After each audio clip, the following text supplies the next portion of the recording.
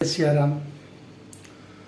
परमात्मा की इस परम पावन भूमंडल पर हमारा एक भारत देश ऐसा देश है जहाँ पर परमात्मा की परम शक्ति का मुख्य मूल केंद्र है।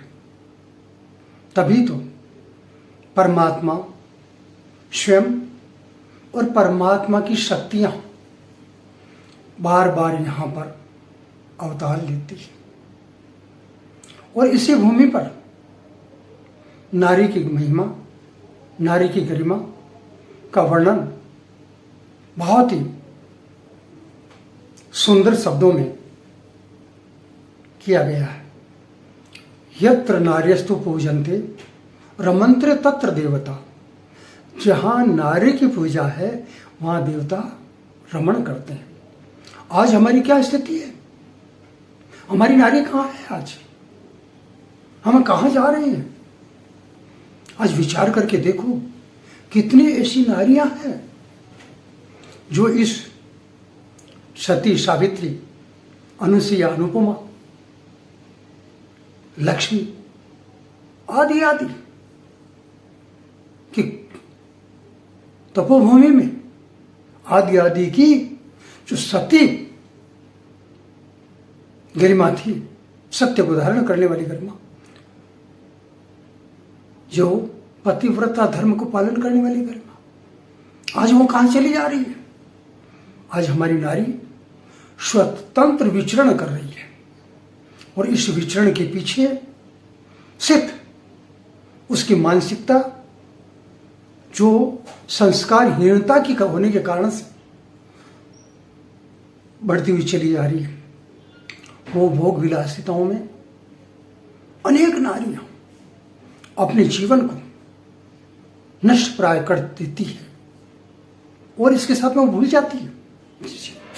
कन्याएं, जवान युवतियां प्रेम प्रसंग में, लव जिहाद में शिकार होकर के कल 4 दिन की मित्रता जिसके साथ में बनी, जिनके अंतकरण में वासना में प्रेम है, उसके पीछे जिन्होंने उसको जन्म दे करके पाल पोस करके बड़ा किया है, उसी पिता की इज्जत को उछालते हुए, उसको मृत्यु की गाल में सुलाते हुए वो पूर्व पुरुष के साथ में जाकर के अपने 35 टुकड़े करवा करके अपना भी नाश कर डालती है। क्या ये कर्म हमें सौभाग्य देता है? और हमारी कुछ माताएं, कुछ नारियां जिन्होंने एक पतिव्रता धर्म का पालन करते करते कुछ समय निकला, शरीर में भावनाएं विचलित हुई, कुमार्ग भी चली गई, परिणाम यह हुआ पति की हत्या करने लगी। आज देखो हमारी नारी कहां जा रही है? जो सृष्टि के शक्ति का आधार केंद्र है, वो आज कहीं देखो तो 7 बच्चों को छोड़ करके परपुरुष के साथ में जा रही है और कहीं देखो कि एक परपुरुष के संगत में आकर के अपने पति की हत्या करके जा रही है। कितना घिनौना! आज इस नारी का ये रूप क्या हमारे कहीं किसी ग्रंथ में चरितार्थ है क्या? ऐसी नारियां जो स्वयं नष्ट होती है और नष्ट होने से पहले बहुत ज्यादा तड़पती है, बहुत दुर्दशा होती है उनकी। उस दुर्दशा को देखा नहीं जा सकता, शब्दों में वर्णन नहीं किया जा सकता। भयंकर संसार में कष्ट भोगती है और सिर्फ व्यभिचारिता के कारण, विलासिता के कारण अपने जीवन को नरक की आग में झोंक देती है। कहीं न कहीं हम सब इसके जिम्मेदार हैं। हमने अपने परिसर में,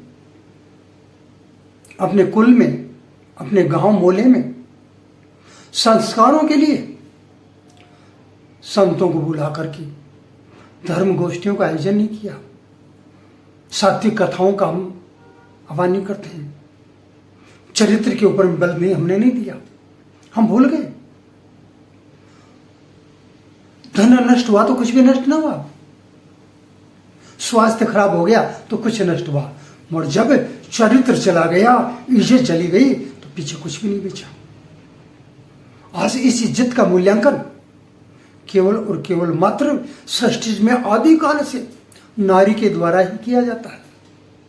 जिस घर की नारियां अच्छी होती है उस घर की इज्जत अच्छी होती है, और जिस घर में चाहे उम्र कोई भी क्यों ना हो और नारी कलंकित हो जाती है तो वो घर भी, वो कुल भी कलंकित हो जाता है। इसलिए जागो, सतर्क हो जाओ, आने वाली अपनी नई नस्ल को बर्बाद होने से बचा लो। इस प्रकार के जो कर्म किए जाते हैं उनके द्वारा परिवार को कलंक लगता है और सनातन धर्म का नुकसान होता, हानि होती है।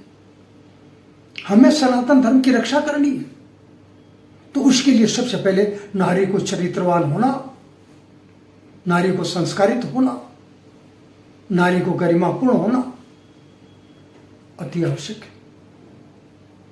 उसका शिक्षा का अधिकार आप और हमने नहीं दिया, आदिकाल से हमारे ऋषि मुनियों ने दे रखा है, वो पूर्ण अधिकार नहीं है, परंतु साथ में वो स्वेच्छाचारिणी ना बने। अपने जीवन को, अपने सनातन धर्म को, अपने राष्ट्र को अगर संरक्षित करना हो, सुरक्षित करना हो, संस्कारित करना हो तो एकमात्र नारी स्तंभ को मजबूत कर दो। शक्ति का आधार है नारी, सृष्टि का आधार है नारी, जीवन का आधार है नारी। कारण क्या? नारी है तो माया है और नारी है तो प्रेम है। नारी है तो नारी से नारायण आता है और नारी से नर आता है। ये नारी है, इस नारी को संभालो। आज ये नारियां बहुत ही ऐसे मार्ग की तरफ जा रही है जहां कुछ भी कहना कठिन पड़ रहा है, शब्दों में कैसे कहा जाए। और जो अच्छी हैं उनके भी मुंह पे ताला लगा है, वो भी अपने घर में अपनी बेटी बहू को कुछ कह नहीं पाती। क्या कहेंगी? क्यों? कि पूरा समाज ही ऐसा होता चला आ रहा है। हम सनातन की आह्वान करते हैं मगर सनातन के मार्ग पे चलना नहीं चाहते। जब तक सनातन मार्ग पे चल करके, सनातन संस्कारों को धारण करके सनातन धर्म को सुरक्षित नहीं करेंगे तब तक हम आगे नहीं बढ़ सकते। और मूल आधार है नारी को सुरक्षित करना। आज नारी एक तरफ तो इस प्रकार से चली जा रही है, दूसरी तरफ व्यभिचारियों के द्वारा, लंपटों के द्वारा बैला फसला करके कहीं जबरन उसके साथ में कुकृत्य किए जा रहे हैं। कारण क्या? कि नारी स्वच्छंदता से विचरण करती है इसके लिए, और वो सुरक्षा चाहती नहीं है, स्वतंत्र रहना चाहती है। वो भूल गई नारी बिना सुरक्षा के नहीं और सुरक्षित नहीं रह सकती, उसको सुरक्षा बहुत जरूरी है। संसार में जो जितना महंगा होता है उसकी सुरक्षा उतनी ज्यादा करनी पड़ती है। इसी प्रकार से सनातन संस्कृति में नारी का स्थान बहुत ऊपर है, सर्वोपरि है, इसीलिए नारी की सुरक्षा भी सर्वोपरि है। संभालो और शक्तिवान बनो, संस्कारित बनो। नारी को शक्तिवान बनाना है, नारी को समर्थवान बनाना है, नारी को संस्कारित बनाना है, तभी आप और हम सुरक्षित रहेंगे।